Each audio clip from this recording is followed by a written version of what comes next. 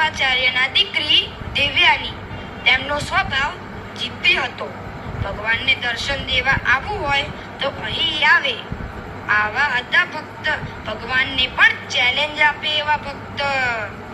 જ્યારે તેમના અંત સમયે ભગવાન તેમને તેડવા ગયા તો તેમને તેમની બહેનપણીઓ જે પ્રેતીઓનીમાં હતી તેમની સાથે તેડી જવી હોય તો હું આવું ન તેમ કહી તેમની બહેનપણીઓનું પણ મોક્ષ કરાવ્યો.